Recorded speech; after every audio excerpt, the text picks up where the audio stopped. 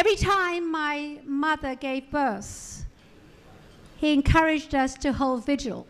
Just think of it, you know, a clutch of young girls praying for that longed-for son and brother.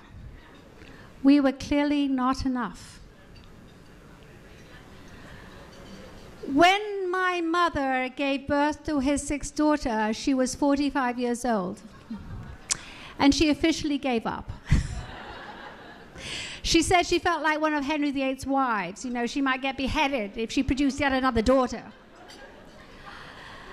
And my dad, who was a very good-hearted man, although entirely reconstructed, decided to focus on his girls. And I was a major beneficiary. The year I turned 13, he took me by bus to Cambridge University to show me the dreaming spires and the beautiful campus of this great university. His message was very simple. He said, you know, if you work hard, you could go here. Now that kind of seems easy, right? It was really a very audacious suggestion. You know, I was a kid that went to the local, very mediocre state school that had never sent anyone to either Oxford or Cambridge. I also spoke English with a disastrous Welsh working-class accent, which was the kiss of death in polite English society. But you know, in a strange way, my dad was newly right. Times were changing. There was a women's movement getting off the ground. And there was a Labour government in power which was trying to force what they called the ancient universities to open their doors much more widely to two groups, women and girls, and kids from the wrong side of the tracks. Well, guess what? I got to qualify on both scores. You know, so I went back to Wales, I worked very hard, and true enough, a few years later, I gained admission to Cambridge, and it did transform my life. Now, some of the credit goes to me, but much more goes to others. My dad, perhaps, and those feminists and policy wonks that had gotten the equal opportunity legislation through. And I guess the lesson I derived from these early experiences is that grit and determination is not enough. You cannot pull yourself up with your own bootstraps. You need help from others. In my case, without the inspiration of my father and the help of my government, I could not have gotten out of those grim mining valleys. This is something that has infused much of my work, most particularly my recent work on the sponsor effect. As Fran mentioned in the introduction, what we tackle in this new research is the huge issue of why has progress stalled? Why don't we have more women at the top of organizations in Wall Street and elsewhere? As we show in our research, it has nothing to do with qualifications, track record, or experience. As you can see from this extraordinary gathering tonight, there's a ton of high-performing women in the pipeline these days. Rather, it's a question of sponsorship, or more accurately, the lack of sponsorship. The data shows that high-performing women are half as likely to have a powerful sponsor that propels them and protects them through the higher straits and perilous straits of upper management. And I tell you, no matter how brilliant you are or how hard you work, you can't get that sought after a senior appointment unless you're known by, believed in, and put forward by someone who has power in your organization and is prepared to go to bat for you. Which brings me back to my own story, because I guess that's what I learned in my journey, that you can't grab that next opportunity without a whole lot of help from the outside.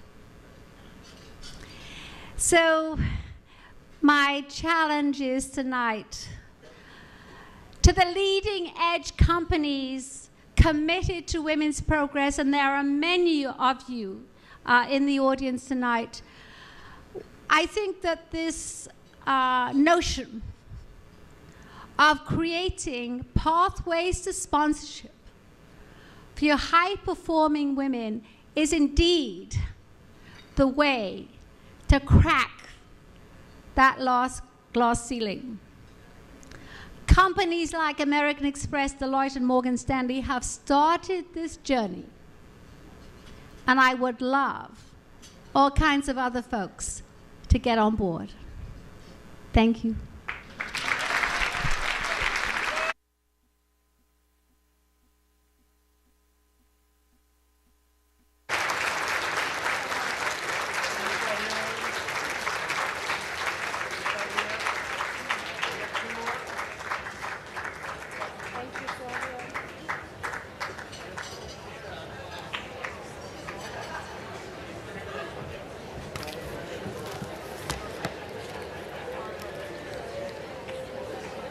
Okay, one more.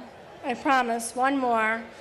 But to me, this is the highlight of the evening. It is with my great pleasure and pride that I get to introduce our 2011 Merit Award winner, Sarah Diamond.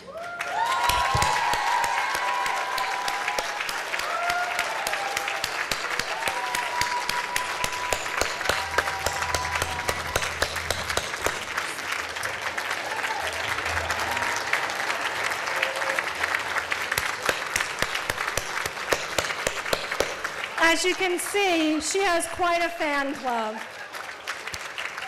And for those of you that may not know, Sarah is currently the Global Managing Partner for IBM's Global Business Services Financial Services sector. And before Sarah comes up, and you know that I want her up here because we've been so excited about this since she was named 3 months ago, I would like to tell you just a little bit more about the Merit Award and why Sarah was selected. The Merit Award is given to a woman in finance who is widely recognized for her contribution in the finance field and for her support of women's diversity in the workplace. With that background, let me tell you a little bit about Sarah. Global thinker, persistent, thoughtful, unwavering focus, innovative, humble, consistent integrity. Whether a colleague, a client, a personal friend, a manager, or a mentee, these are the descriptions that you hear when you ask someone about Sarah. Sarah's career began about 25 years ago with her first position at Chemical Bank in London. She was the first woman hired into the Overseas Auditing Division, where she worked with the bank's branches and subsidiaries throughout Europe, Asia, and Latin America. Sarah later became the first woman selected from Chemical's London office to transfer to New York, where she has remained since. There she worked on the risk management team of the Capital Markets Division. Now, you may notice the theme of firsts here for Sarah. Following Chemical, Sarah embarked on a new journey, and it's a journey that many of us know her from, and began her consulting career. Although initially starting out in a niche firm, Sarah quickly moved on to join the risk management practice at KPMG and made partner in 1995. Sarah's consulting career really took off while she was at KPMG, resulting in a promotion to run the global markets group at Bearing Point once they did that spin-off, and also to join the executive management team. Sarah's focus from the beginning was global, making her a pioneer overseeing complex client relationships across borders, much more before it became very savvy. And while Sarah progressed in her career with increasing responsibility and complexity and draws on her time, she also found the time to manage Bearing Point's community initiatives and be a leader in the firm's new hire training programs.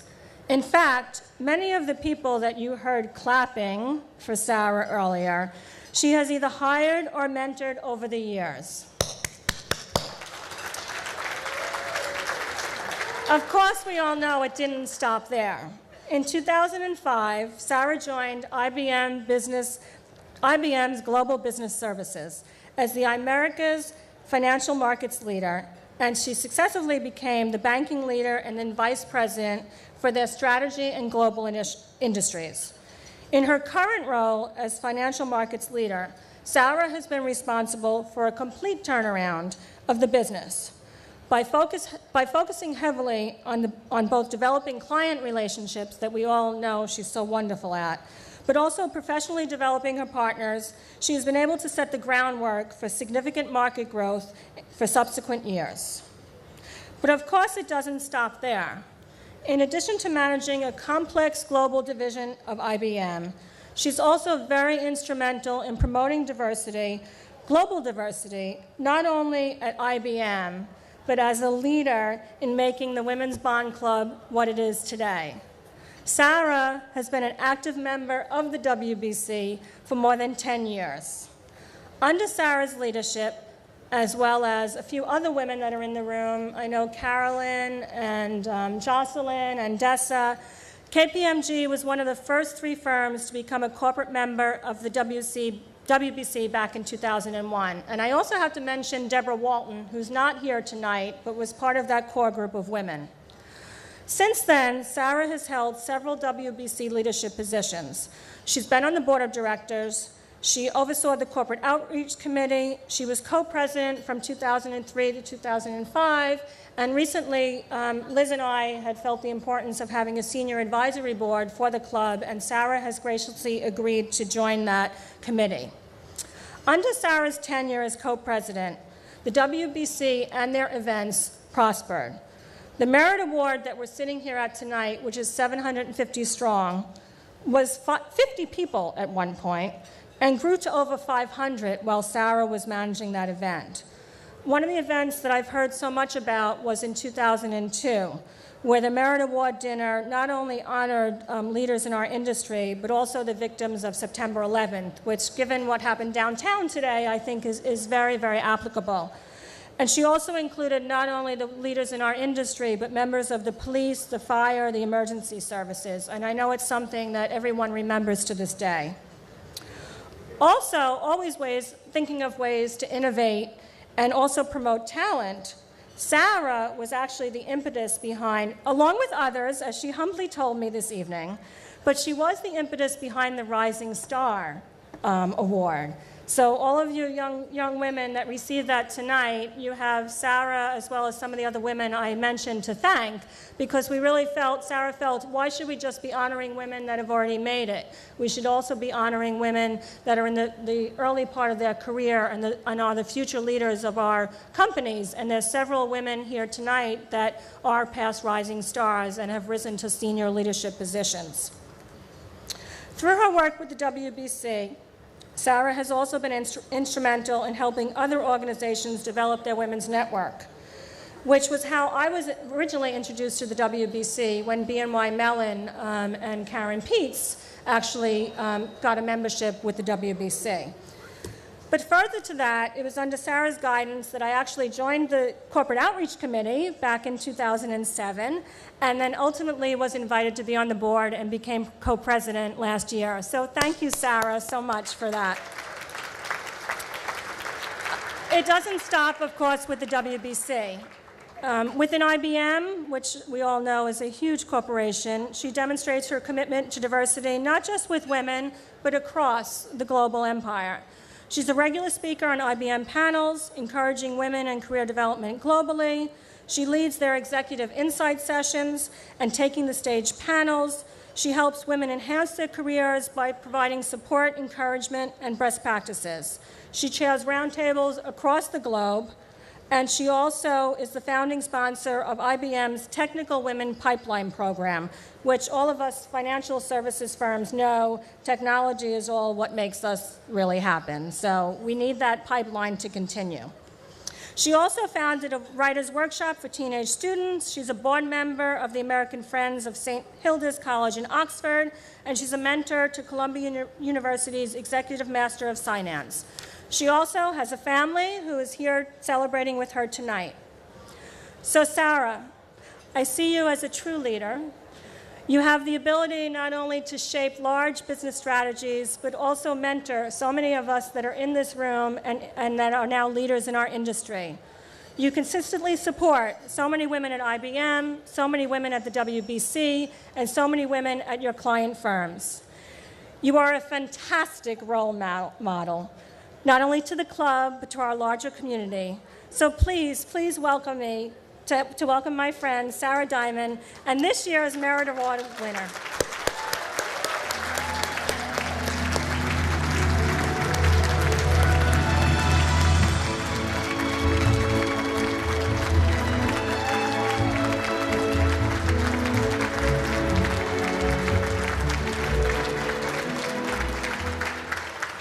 Wow. Fran, thank you so much for those words. And to the board and to all the members of the Women's Bond Club, I can't thank you enough for this honor. And I'm thrilled, and I'm obviously really humbled, and I'm quite sure what I'm going to say won't convey adequately the depth of my gratitude to all of you. But before I continue, I want to add my thanks to our wonderful rising stars. You truly are our stars, and to Sylvia Ann Hewitt.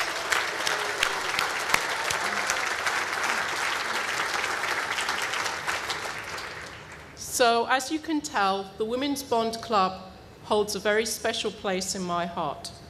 Since joining, and it was in 1999, I've made just lifelong friends, and I've developed wonderful business relationships. And maybe best of all, I've watched many other members experience all the same rich benefits, which is what makes this association so special. And to me, the core of that, what makes this organization so different, is the amazing balance we have between expanding our influence and preserving a unique culture of intimacy and inclusion. Now, I wouldn't be standing here tonight without the benefit of two very important opportunities in my life, and there's a very consistent theme here. So first, the education that I also received in England taught me to believe that if I worked hard, I could achieve anything I set my mind on. And second, my move to the United States, and particularly to New York in 1999, taught me that where you are and where you come from are secondary to what you can do. As a child, I grew up and I went to school in the north of England, north of London, at a school that always encouraged its students to aim high and to accept no academic boundaries. The school, North London Collegiate School, was actually founded in 1850 to give girls an education, quote, equal to that of their brothers. Frances Mary Buss was the founder, and she was the headmistress for 44 years. And she was a true force in the struggle to obtain education for English girls in the second half of the 19th century. And from the start, Miss Buss built a foundation to let her students pursue academic and other careers, not for her, just to produce girls who are going to become well-rounded daughters, wives, or mothers. Now, my good fortune continued when I went to one of the colleges at Oxford University, St. Hilda's College, which was named for the Abbess of Witney. The Abbess of Witney, a medievalist, was a great proponent of education in early medieval England, and at the time ran one of the most important European abbeys and houses of education as a woman. So from the start of my education, I benefited enormously from an environment that wasn't just rich in the history of educational opportunity, but it was one that proactively encouraged women to pursue their passions, regardless of precedent or traditional boundaries. Now let's fast forward to today, and we know that the importance of equal education has only escalated. And to me, that means that the beneficiaries of the pioneers who created these opportunities for us, that we share a responsibility to carry these opportunities forward in any way that we can, through funding scholarships, mentoring, recruiting, and promoting women in our fields. I know that since I came to IBM, I've again benefited from a long history of progressive and inclusive workforce practices and a leadership position on leveling the playing field for women. That started when IBM hired its first woman before we were even called IBM. And this summer we celebrate our centennial, so it was a long, long time ago. And the company's commitment to gender equality can be traced back to 1935. It was then that our founder and our first CEO, Thomas J. Watson Sr., declared, and I quote, that men and women will receive equal pay for equal work, have the same responsibilities and the same opportunity for advancement. And that was almost 30 years before the Equal Pay Act. IBM appointed its first female executive in 1943 and its first female member of the board of directors in 1954. And today, just to give you a sense, we have a woman who runs our global sales and marketing for our $100 billion enterprise, a woman who leads all of sales for America. Our global CIO is a woman, and the list continues. So over our 100-year history, it's been a great place for the advancement of women and for their accomplishments. And I know that'll continue and accelerate as the years come on. Because at its core, the company believes and understands that it needs the best thinking, leadership and innovation, wherever and with whomever that resides, as the basis for success in the marketplace in the 21st century. Now, Fran was kind. It's really after almost 30 years in this industry. My list of thank yous would be endless if I tried to name everyone who's had a part in making tonight possible for me. So let me close by extending my enormous gratitude first to my family, to my husband Peter and my daughter Hannah, both of whom here tonight, and my son Jonathan, who's sadly taking exams at college tonight, to my wonderful former colleagues and dear, dear friends from KPMG and Bearing Point, and to my current most gracious colleagues and mentors at IBM. To Bridget Van Kralingen, who encouraged me to enjoy IBM in the first place. To my industry associates, especially Karen Peets, a role model of elegance in leadership. And finally, to my friends at the Women's Bond Club, for your support, your encouragement, and your trust. I truly appreciate this honor, and I look forward to continuing my association. You've got my complete commitment that I'll continue to support the club in any way that I can. Thank you.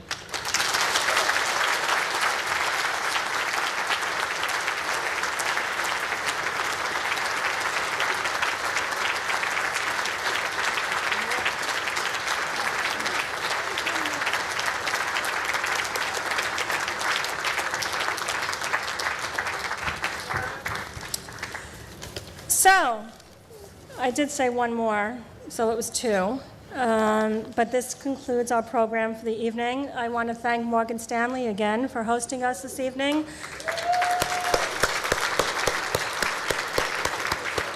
I'd like to again congratulate our award winners tonight, Sylvia Hewlett and Sarah Diamond.